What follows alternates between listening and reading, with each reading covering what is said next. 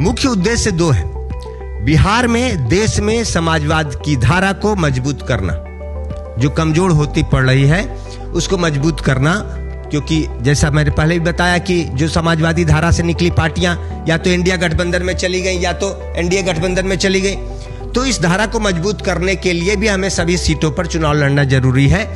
दूसरा कि चुनाव के बाद जो लोकतांत्रिक तरीके से नीचे से संगठन निर्माण का कार्य की योजना हम लोगों की है कि चुनाव के तुरंत बाद अगले 2-3 सालों में ग्राम स्तर से राज्य स्तर तक और फिर राष्ट्रीय स्तर तक पारदर्शी तरीके से, गोपनीय तरीके से वोटिंग कराकर, पारदर्शी तरीके से गिनती कराकर संगठन का हम लोग सारा चुनाव करके सारी कमेटियों का निर्माण करेंगे।